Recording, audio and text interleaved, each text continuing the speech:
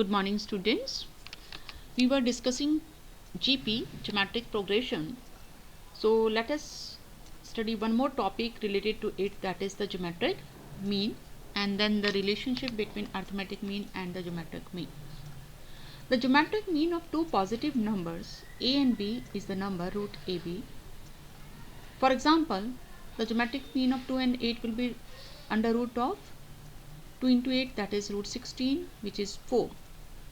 Now if we put these three numbers in the form of a sequence 2, 4, 8, then we observe that the ratio of consecutive terms is constant, that is 4 by 2 and 8 by 4 both are equal to 2. It means they form a GP. Similarly, if we find the geometric mean of 2 and 4, 4 and 8, and put them in the form in this sequence between 2 and 4 and 4 and 8, then again all the terms forming the sequence, they are in GP.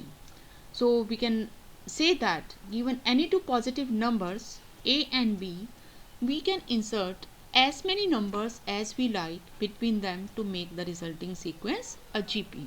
अगर हमें कोई भी दो positive numbers दिए हैं तो उसके बीच में हम कितने भी, जितनी हमारी इच्छा है उसके अनुसार कितने भी ज्योमेट्रिक मीन्स इंसर्ट कर सकते हैं जिससे कि रिजल्टिंग सीक्वेंस एक जीपी हो.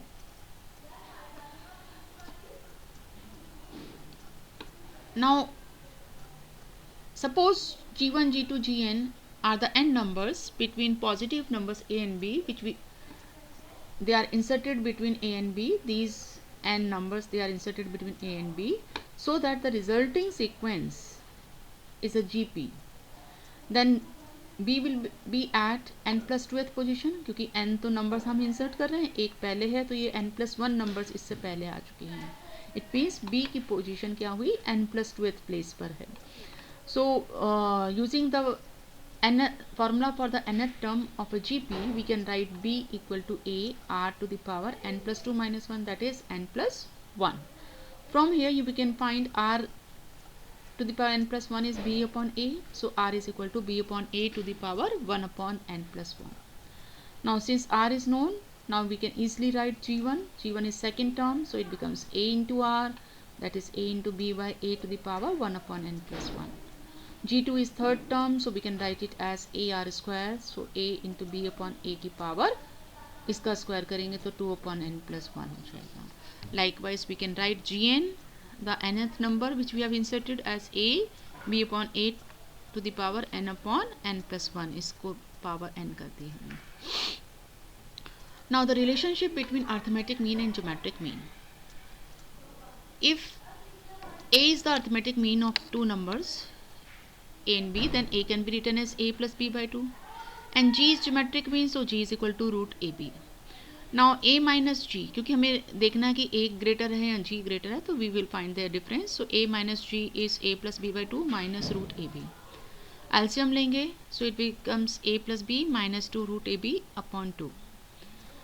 यहाँ पे आइडेंटिटी बन रही है न्यूमरेटर में, a को हम रूट ए स्क्वायर लिख सकते हैं, b को root B square, so it becomes root a minus root b whole square by 2. Square term is always positive, denominator is also positive, so the whole term is greater than equal to 0. So we can write here as a greater than equal to g. It means arithmetic mean is greater than the geometric mean always. Now we will do few questions of the exercise. 18th question. Find the sum to n terms of the sequence 8, 88, 888 and so on. All the terms they are having 8 and it is repeated. It is neither AP nor GP, so we will transform it into GP. First of all, for that we will take 8 common. After taking 8 common, it becomes 1 plus 11 and so on. अब हमें यहाँ पर 9 का repetition लाना है, तो 9 से multiply divide करेंगे, क्योंकि 9 के टर्म्स में का रिपीटेशन को हम इजीली 10 के मल्टीपल्स की फॉर्म में लिख सकते हैं. 9 को लिख सकते हैं 10 minus 1, 99, 100 minus 1, 1000 minus 1, and like this. So it becomes 8 by 9, 10 minus 1, 10 square minus 1, 10 cube minus 1, and so on. 10, 10 square, 10 cube up to n. ये हमने सेपरेट ग्रुप बना दिया और 1 1 1 ये सेपरेट ग्रुप n टाइम्स. अब हम यहाँ देख रहे हैं कि जो फर्स्ट ग्रुप है हमारा, it forms a GP. So we can find its sum. Here A is first term is 10, R is also 10, and 1 1 1 added n times will give you minus n. So it becomes 8 by 9 A R to the power n minus 1. R is 10, A is also 10 upon R minus 1, और ये 1 1 1 add होके minus n. Simplify करेंगे इसको and then we get the sum.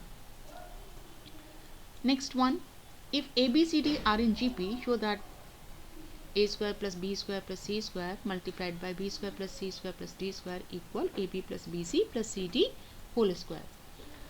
तो यहाँ पर A, B, C, D ये चार टर्म्स GP में हैं, तो कॉमन रेशियो अगर हम R मानते हैं इस GP का, then B is second term, so B is equal to AR. C is third term, so C is equal to AR square, and D is equal to AR cube. Now put the values of B, C, D in the left hand side. We get this expression. From the first bracket we can take A square common, and from the second bracket we can take A square R square common. After taking this common, we are left with 1 plus R square plus R4 in the first bracket, and from here we are left with 1 plus R square plus R to the power 4. So we get A4 R square and 1 plus R square plus R to the power 4 whole square. अब हम right hand side में भी B C D की का expression put करेंगे, और यहाँ expression रखने के बाद आप देख रहे हैं कि इन तीनों टर्म्स में से हम A स्क्वायर R कॉमन ले सकते हैं. कॉमन लेने के बाद यहाँ बचा 1, यहाँ R स्क्वायर, और थर्ड में R टू द पावर 4. ये ध्यान रखना है कि यहाँ पे होल स्क्वायर है, सो इस पूरे एक्सप्रेशन का होल स्क्वायर लिखेंगे हम. So when you do this square you get it equal to left hand side. Next one, insert two numbers between 3 and 81 so that the resulting sequence is a GP. 3 और 81 के बीच में हमें दो numbers ऐसे insert करने हैं जिससे कि जो रिजल्टिंग सीक्वेंस बने वो एक GP हो. तो हमने मान लिया 3 और 81 के बीच में G1 और G2 इंसर्ट करा हमने. अब ये चार टर्म्स हमारे GP में हैं. सो 81 is the fourth term. So using the formula for the fourth term, that is 3 AR to the power 3, and A is 3, so it becomes 3R cube equal to 81. So from here R cube is 27. 27 can be written as 3 cube. Power same है, base equate करेंगे, so R equal to 3. R आ गया है. अब G1 second term है, so G1 is equal to A into R. A 3 है, R भी 3 है, so G1 is equal to 9. G2 is equal to AR square, so 3 into 3 square, that is 27. Next one, the sum of two numbers is 6 times their geometric mean. Show that the numbers are in this ratio. 3 plus 2 root 2, ratio 3 minus 2 root 2. Numbers का sum उनके geometric mean का 6 times है. तो numbers का ratio हमें find out करना है. तो सब नंबर्स हम मान लेते हैं A and B. So their sum is A plus B and their geometric mean is under root AB. So according to the condition we can write A plus B equal to 6 root AB. अब यहाँ पर हम देख रहे हैं इसके 3 और 2 separate हो रहे हैं फैक्ट, तो इसीलिए हम 6 के फैक्टर्स करेंगे 3 इंटू 2, और 2 रूट AB को हम इस साइड, क्योंकि यहाँ ए बी वाली टर्म्स हैं, तो ए बी इस रूट ए बी को भी हम लेफ्ट साइड में ट्रांसपोज करेंगे, और 2b 3 दूसरी साइड रहेगा. अब रेशियो प्रपोर्शन में एक प्रॉपर्टी होती है, if A upon B equal to C upon D, then A plus B upon A minus B equal C plus D upon C minus D. इस प्रॉपर्टी को कहते हैं हम कंपोनेंडो एंड डिविडेंडो. इस प्रॉपर्टी का use करेंगे यहाँ पर, तो डिनोमिनेटर न्यूमरेटर में ऐड होगा और न्यूमरेटर में से डिनोमिनेटर सब्ट्रैक्ट होगा. So we get a plus B plus 2 root A B divided by a plus B minus 2 root A B equal 3 plus 1. यहाँ 3/1 था तो न्यूमरेटर ऐड हो गया 3 प्लस 1 और न्यूमरेटर में से डिनोमिनेटर सब्ट्रैक्ट करेंगे. So it becomes 4/2. a को हम लिख सकते हैं रूट ए स्क्वायर, बी को लिख सकते हैं रूट बी स्क्वायर. तो न्यूमरेटर में ये हमारे पास आइडेंटिटी बन रही है root A plus root B whole square और डिनोमिनेटर में root A minus root B whole square. अब इस स्क्वायर को हटाने के लिए हम स्क्वायर रूट लेंगे. So we get root A plus root B upon root A minus root B equal to root 2/1. Again same componendo and dividendo का use करेंगे तो हमें मिलेगा ये डिनोमिनेटर न्यूमरेटर में ऐड होगा और न्यूमरेटर में से डिनोमिनेटर सब्ट्रैक्ट होगा तो रूट ये एक्सप्रेशन आ जाएगा.